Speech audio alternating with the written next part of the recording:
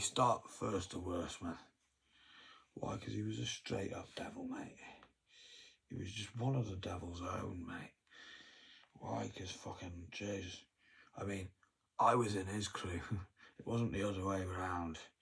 And that was always known and always retold many a time by many different person. I was in his lads. I was in this man's crew right here. That was my ringleader to the left. Sean fucking Ramsey. That was his right-hand man.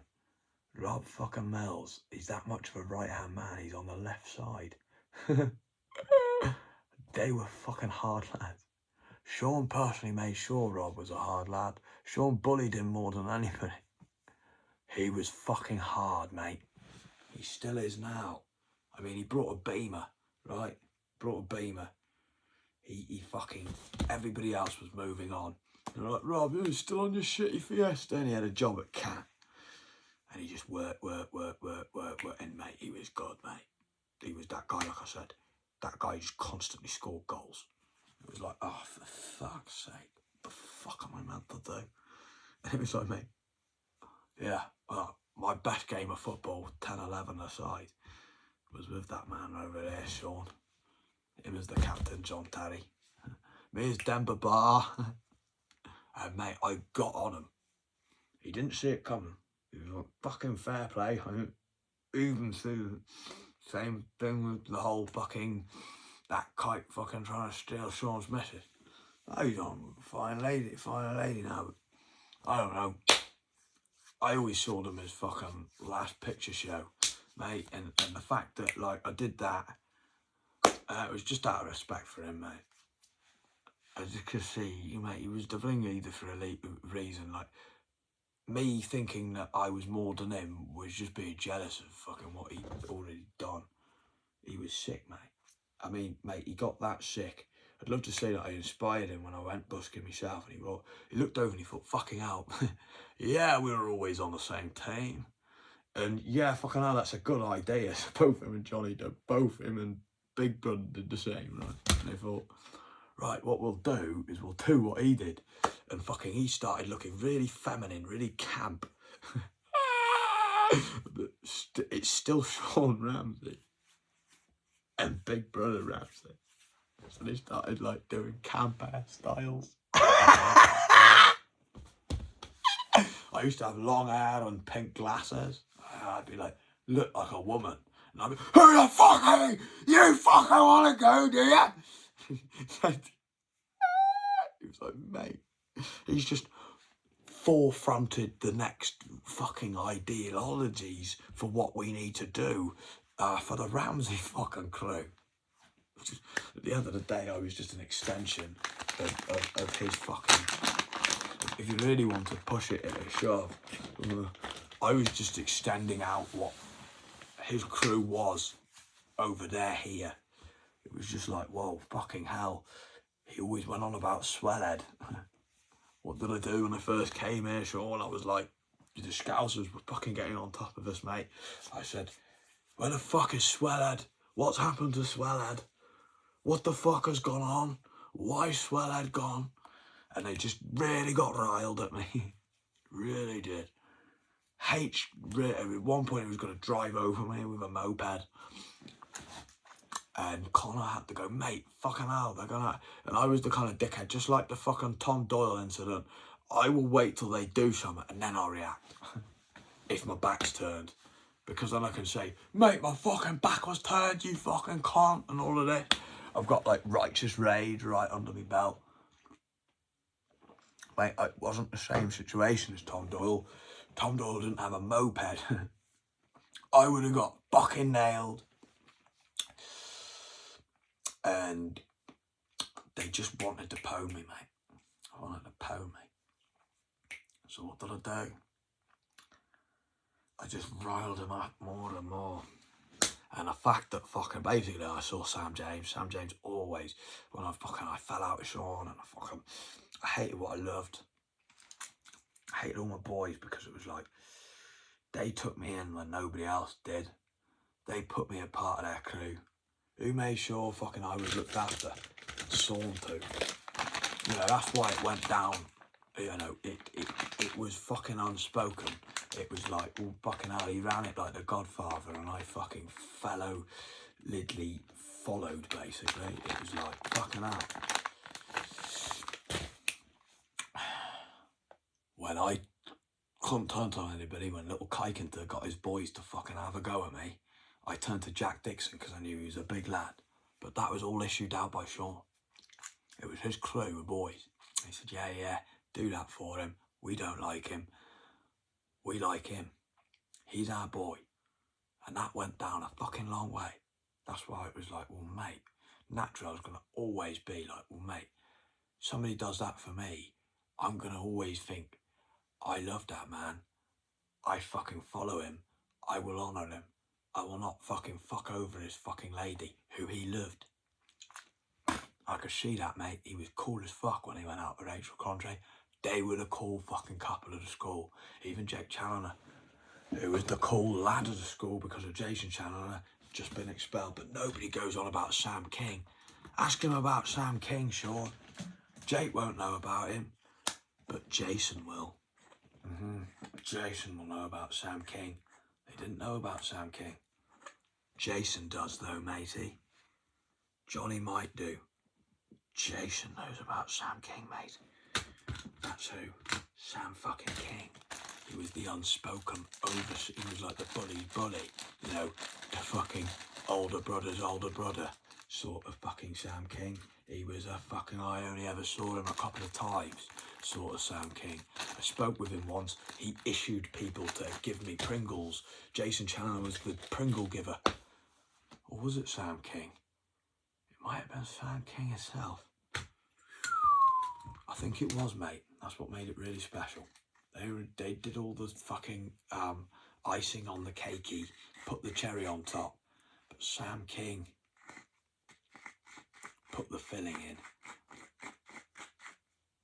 Oof, that was fucking, you know, it was like, yeah, I respect what you do here, son. You're going to be personally Sam King'd. And that's what allowed me my foot in the door of everybody. The respect from Sam King allowed me to have respect for people like this. I could go to any fucking area, any fucking land, and I could fucking, no, I'd stay in as a pawn, a private amongst the ranks. I always was their private and their pawn. The one they, you know, the butt of the jokes, mate. Nothing ever changed. Would you have had it any other way, lads? I wouldn't. The first one to get raw-assed.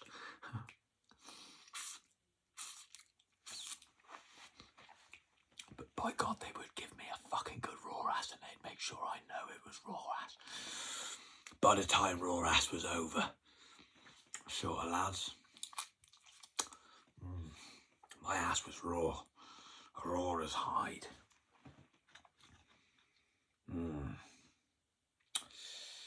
And I just looked for SWELLHED, and SWELLHED came.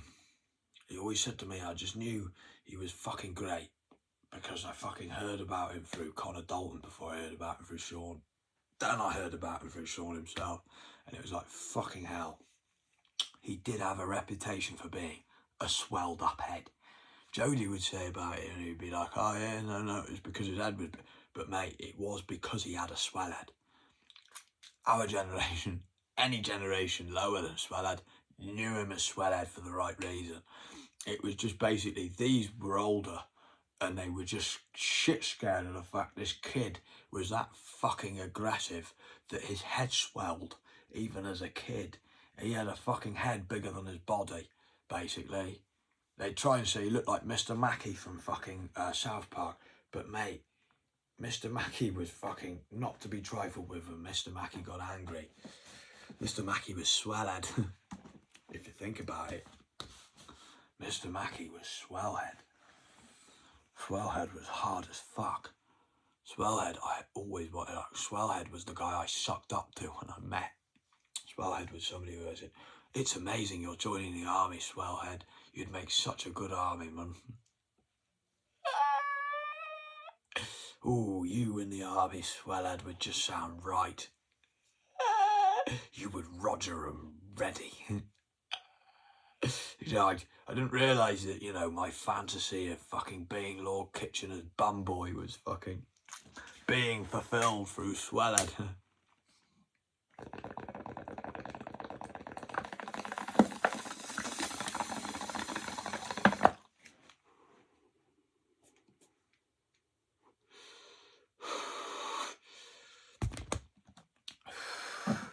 He was a sick bloke, SWELLHED. And he was caring, he was good round ladies, as in, he looked after ladies. You'd hear about fucking Sam Connery doing this, that, the other with some lady. It must have made him feel shit. And SWELLHED would come along, make him feel $1 million again. That was SWELLHED. That was his capabilities. He had a big swelled up head from being angry, mate. It was like, fucking hell. He got that angry about being a SWELLHED. By the time I knew him, he was calm. He almost looked like Jamie Brown calm. He was like chilled out, man. He was like fucking, he could have come back from Australia like Aaron Whitaker when I saw the fucking SWELLHED. Because he thought, fucking hell, you're doing all right down here, and you're the pawn of Sean's crew. You were like the bitch boy of Sean's crew, the one they all used to rip the shit out of. And you fucking, like, not scared them, you've angered the Scousers that much that one reacted so badly to somebody who looked like you beating up one of their boys. And that's how it came over. It was like somebody with similar hair colour who just went in rampantly at fucking one, and they just, because they just saw me in them. They saw me in Mikey, basically, and they just went for it. And it was because of the fact Sam James always backed Sean Ramsey. We said he was a mint footballer as well. Always enjoyed his stay when he came down to MILLZ. And Johnny. And Sam James fucking would stay true to that, and this was the flattest Sam. And it was like, I always listened to Sam's words. And I listened to more than any of them. Because he took all my hurt for other people that I took out on the big man. It was like I took it out on the big man because I knew he'd give it 2 times back. You know, he's got a rocker boys all ready to formulate. And I'm not gonna win that one. But Sam James put me to fucking right. Not by being aggressive, just by saying, mate, he was a good lad. He was always a good lad. He was your leader, that's what you say. He ran our school, mate. He ran your school. I mean, look at the stronghold now. The Cromire stronghold is under the backing. Not just the Kaiser Keith, big Keith Richards, but it's under the backing of Sean Ramsey's crew. As in, this is just like an extension of what Sean Ramsey's crew are capable of, basically. This is just the pawn, the bitch boy of Sean Ramsey's crew. The butt of the jokes of Sean Ramsey's crew. The one they love to take the piss out of, even to the point where he enjoyed the fact that they took the piss out of him that much. It was like he enjoyed it. It was like, yeah, well, they wouldn't take the piss out of anybody else, would they? Fuck you. You know, it wasn't like they were calling him a pedo or nothing. No. If they felt like he was acting like a pedo, they'd leave that to Lewis Druce.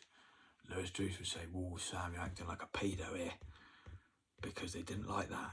They didn't like Sam acting different to what he should do.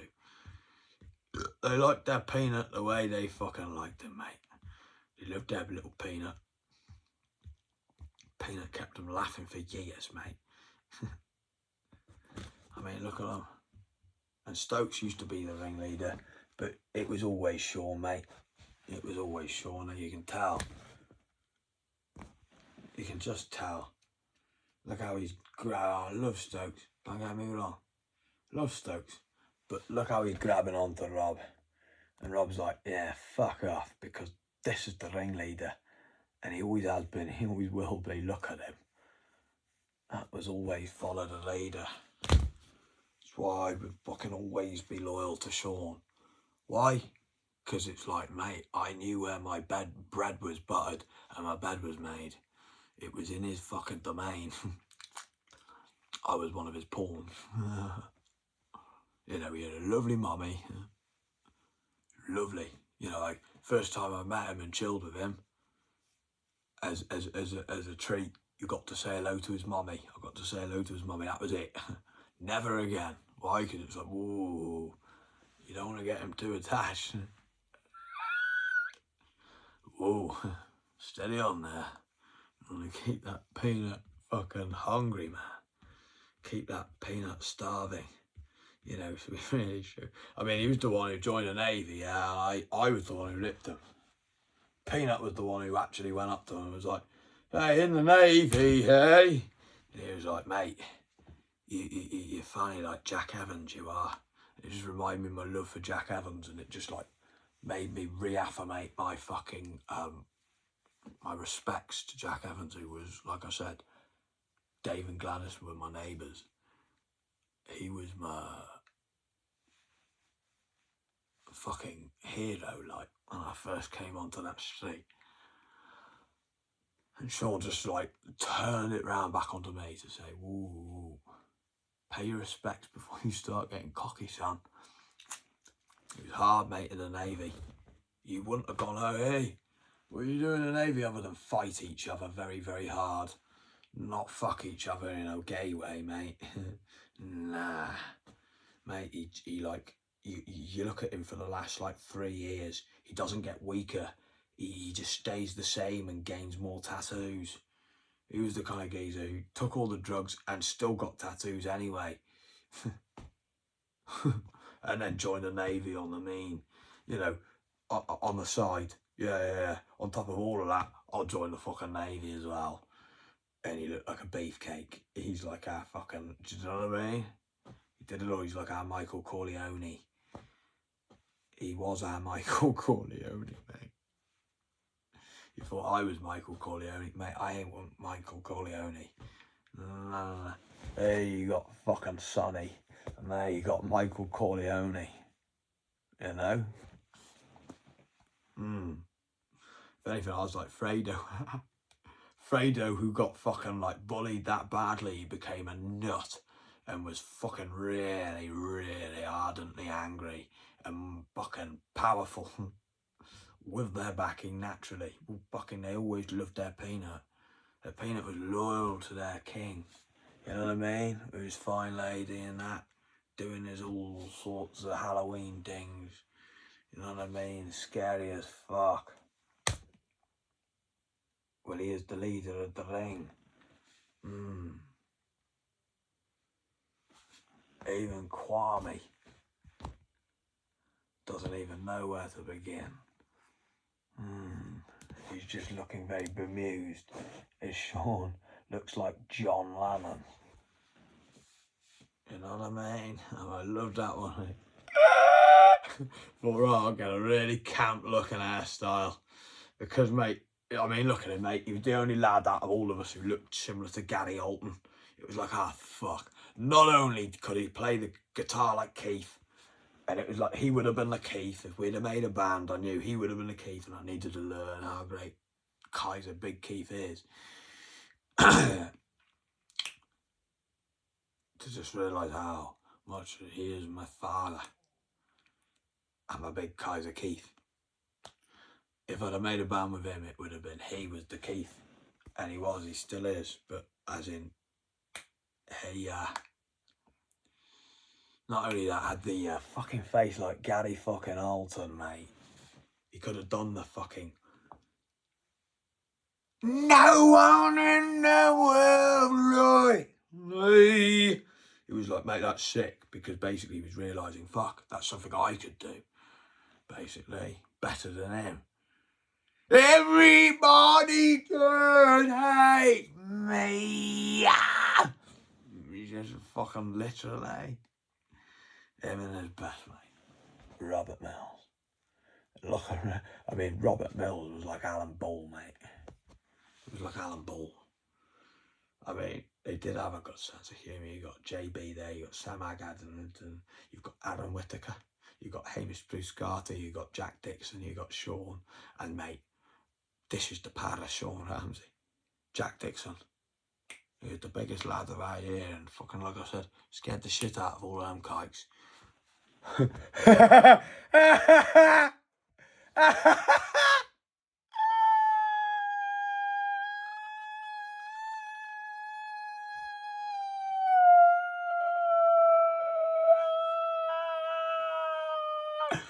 he was a big lad.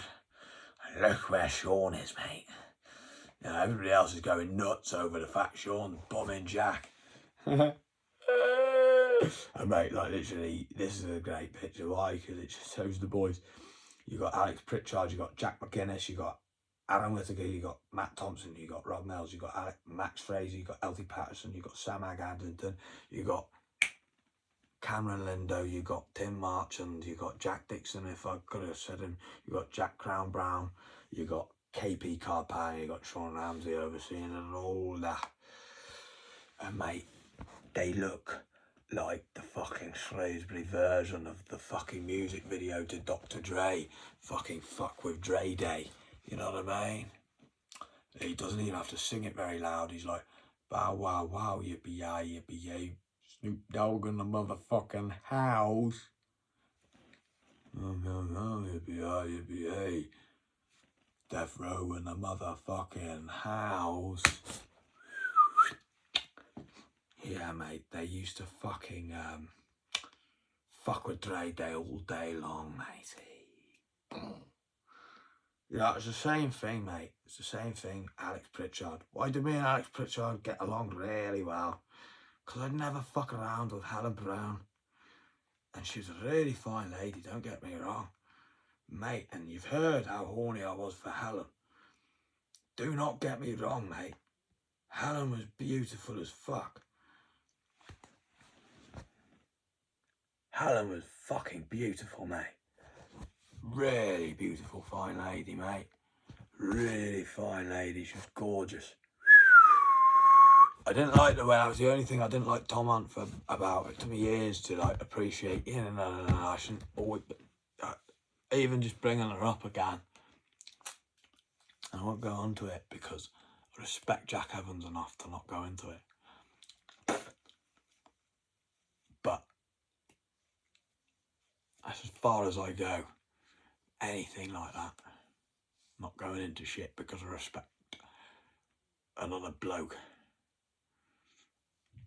But just because I respect Jack Evans and I respect what Gladys and Dave did for me, I won't go into this one. Helen Brown really bothered me, mate, because she was just beautiful, mate. Really beautiful. I just like, as soon as I heard what had happened, it was like, and you could say he was sexually bullying her. It was like, he was going to do that worse than anybody else, and nobody else could do that as bad, but I just didn't think she deserved it from anybody from the get-go because she was beautiful, mate. She took my fucking coolest picture as well when I was in college. I don't know if I still have it. It's hilariously funny. It's hilariously funny. Yes, mate, I still do. It's courtesy of Helen Brown. Beautiful lady. Like, I fancied her from the get. I fancied her before I even knew her because I just knew if he fucking went out of his way to do something that horrible to her, she must be really fucking beautiful. And then I saw her and I was like, oh my Jesus. She's just fucking like, and I move on. Why? Because it was Alex fucking Pritchard's fucking girlfriend. And I heard from Sam Connery, you know, he did say some fucking good things. He said he loved that girl. He really loved that girl. And I always just respected her as a mate. Never tried to get on her because I just knew how much he loved her. And I well looked up to Alex Pritchard, mate. He was cool as fuck. He was just cool, mate. Before you even knew him, he sounded cool. Before you even met him, he was like James McEwen kind of lad. Before you even met him, he sounded cool. You were shitting yourself already. And then you met him and saw him, and it was like, fucking hell, he's exactly, if not cooler, than what everybody said he was like. And it was like, fucking hell. She got this picture, mate, and I looked like Casper the Friendly Ghost. I literally intimidated all the wrong boys because I took out all my anger at my worst at the people I loved the most. I took it out on Johnny, and Johnny just knew, mate, you will fucking regret that. You will pay your dues one day, little boy. Little peanut. And here I am, going, sorry, Johnny. Sorry, Johnny. Didn't mean to, mate. You know, you're always fucking big brother of the fucking leader, mate. Sorry, mate, the one who fucking supplied on demand. You know, it was always me. Eating out of your hand. It was always me, inspired by you with the Adidas Originals. Who was it with the Adidas Originals, though? Bugger. I'll tell you the truth, it was from the Ramseys, mate. They had it was from Johnny originally. Adidas Originals, he loved them from the get-go. And then you just were reminded Alec Rapson was the final pointer for me. I fucking wore his because I thought, fucking, he doesn't deserve to wear one. I'll wear his for a bit. And I was like toying with the idea of rubbing it off. And I thought, nah, I won't do that to him, I won't do that to him.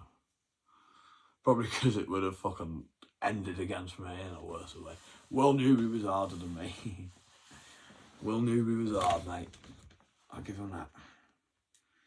Meg Joblin. Dan Stokes was coolest when he went out with Meg Joblin. Beautiful lady as well. Really funny lady as well. Really funny lady. Billy Mitchell was a fucking good lad in college. And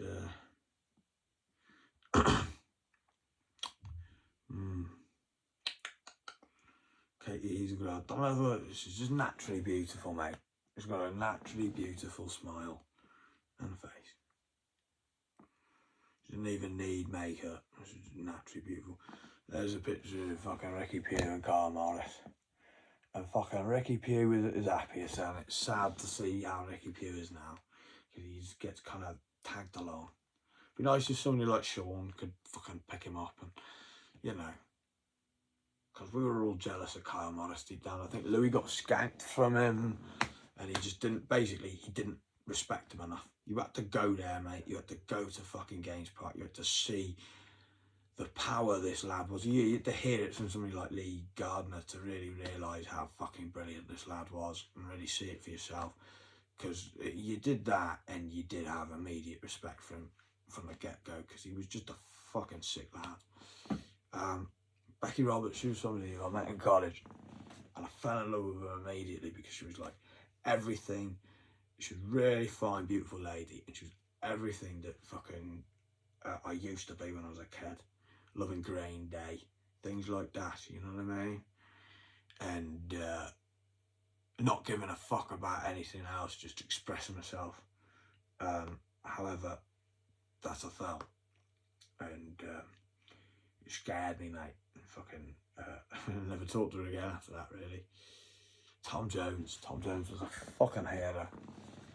The Jones Brothers. And what I love most about this is that while I do take the credit for this one, naturally, I loved Harry Jones more than Tom. I really felt well, Harry Jones, I couldn't fucking whittle this fucking stick down, cut it down to make a spear like Tom could. Because Tom knew from his dad was fucking skilled, man. He was a fucking, he could do this, that and the other. He had a sick Volvo. Everybody else had forgotten about these Volvos. They were like classic, but they were mint. They were like the Lannies of Volvos, basically. They were the Lannies of cars. Those classic Volvos. It lasted years. It was fucking sick. It was better than, I remember that more than most other people's cars, just because it was like a Lanny of sedans. And fucking,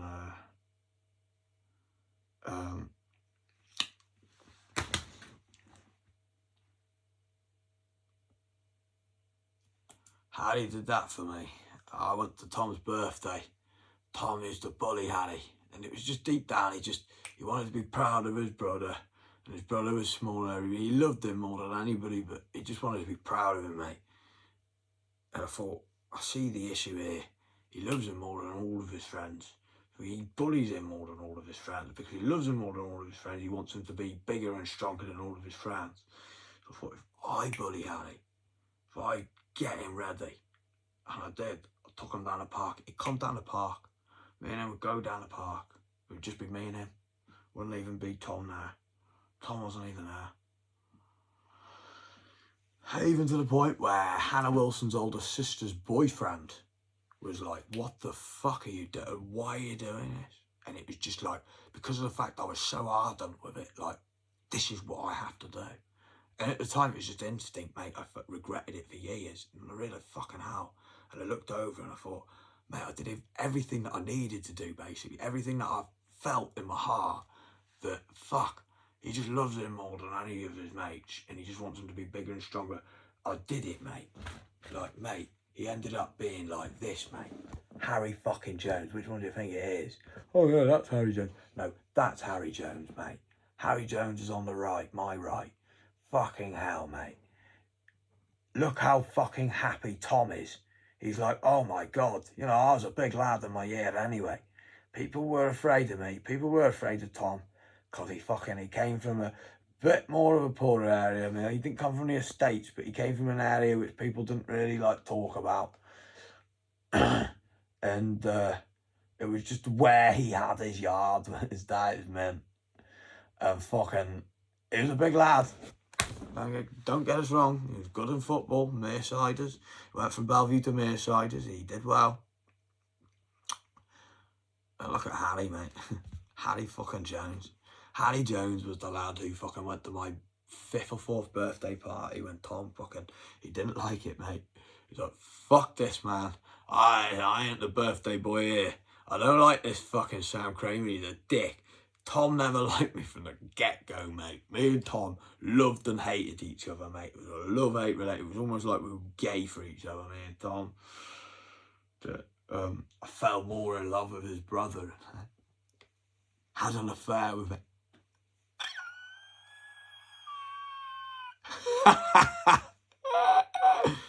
Seriously, mate, it was like how me and Sean were, mate. It was almost on that level, but me and Tom chilled with each other more closer. So it was like even more of a heated gay relationship. Well, I ended up having an affair with his younger brother. His younger brother became a big ardent bugger who was not buggering me.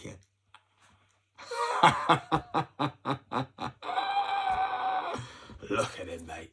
Even just the way he smiles is just a leer. It's like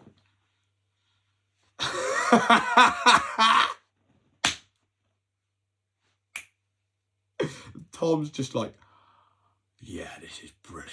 This is exactly how I fucking would have loved it. I mean, even Tom's got a chip on his tooth hair where he's been fighting. It's not like he didn't pussyfoot around like the Brudaz. Just the Brudaz, I'll say no more, mate. I'll say no more. Jamie fucking Brown. He was my first hero. He fucking was, mate. Down to it. It just Dan Brown was a fucking, as a result of Dan Brown being like now looking like a suspect paedophile, it was like he was massively jealous of his older brother Jamie. He called him JJ Fatter Gay, and like the more he would say these like shitty comments, the more you would think, I bet he's mint. That's the reason why he keeps fucking putting him down. It's because he's mint. I've got to meet him, and that's all I thought. That was like, in the end, absolutely, without a shadow of a doubt, the main like spur and reason to keep friends with Dan Brown was because I knew his older brother was mint, and he was everything exactly his Dan hated about him. You loved everything you'd fucking like want on the tin of a fucking human being, basically. His mum was a legend deep down, Jill. She was a fucking legend. Dan, I remember one time I went to the doctors with Dan. It was almost like Jill was saying, if you think it's like this with Dan, Bishop always say this and that, the other Jill. I loved her. Straight off the cuff, I loved her. Just like I love Jamie.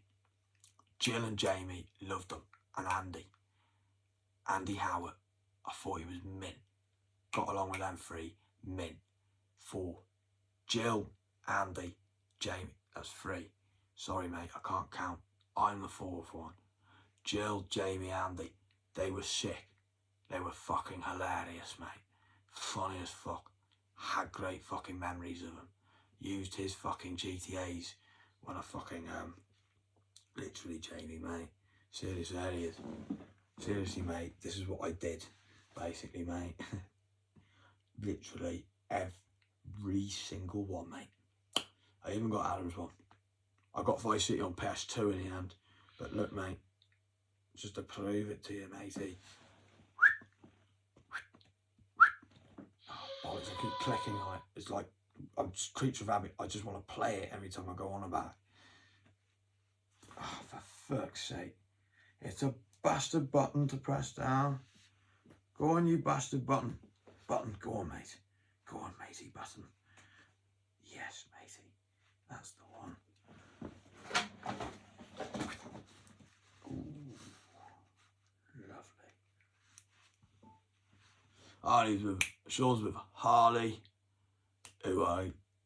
that's why I fucking became friends with Tom Davis over Harley. She was sick.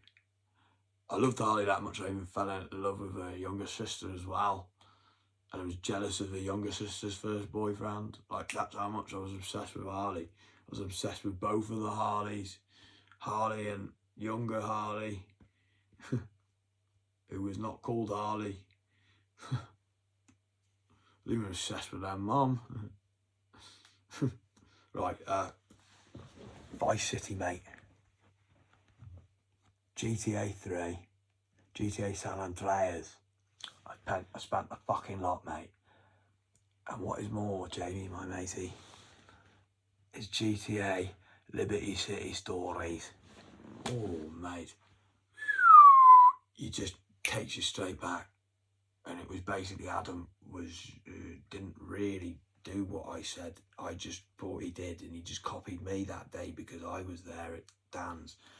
And I was like, mate, I'm so relieved that I'm not the only one who fucking just watches Jamie play his PlayStation, because it's like, mate, it's mint. And Dan just used Adam as like a decoy, as a way to try and get me to stop playing it. It just made me want to watch him play his PlayStation more, mate, because it made me realise, well, fucking hell, there's a reason why I wanted to watch it in the first place if you non-believers want to fucking try and fuck with me head. Taught me how to play the game, mate. Oh, mate, I went back on it.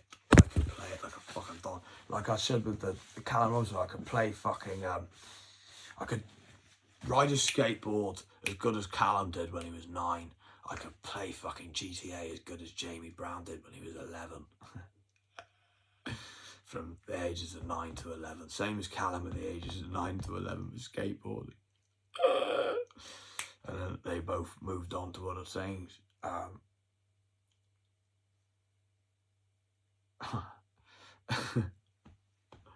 I did everything, like one day I did everything I did in the memory of Jamie Brown. Like, this is what Jamie Brown did. I remember being at the sleepover, and fucking, in the end, when Jamie would go to bed, and and then I'd play with them on Marvel Nemesis or something like that. By that stage, because it was like, I was about 11, 12, Marvel Nemesis had come out, I think. But I'd just leave them to it, mate. I'd just watch. And that was the thing. That was the beauty of it. They stopped me trying to, because of the fact that, oh, no, we've got to use the PS2 and all those bollocks. Then Jamie got a PSP, and it was like, fuck you. You guys can play on that on your PS2. No comment, you cannot say a fucking thing. And fucking, I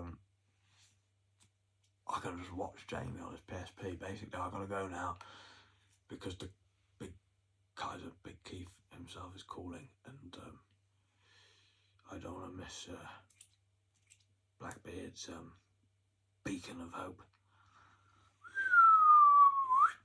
It's gonna have to be a part 3, everybody. But I didn't say. Sean was with Harley and Shannon Gonstone. Loved them both. Thought they were sick. Was obsessed with Shannon's Gone Stone, because there was a Shannon Close as well. I had this video which was going to make with Luke Parry. Like, I love you, Shannon, and it says Shannon Close. Like, it looked really creepy. That was the brilliance of the comedy of the video. I was very aware of how creepy it looked. It was really popular as well. I was a massive creep. Nothing had changed with old Carmire. He was the fucking pawn of the gang, you know, of the army, or the unit, or the crew, or fucking whatever you want to call them, mate. I just remember there was a lot of them, and they were a lot meaner than I was. And they were loyal.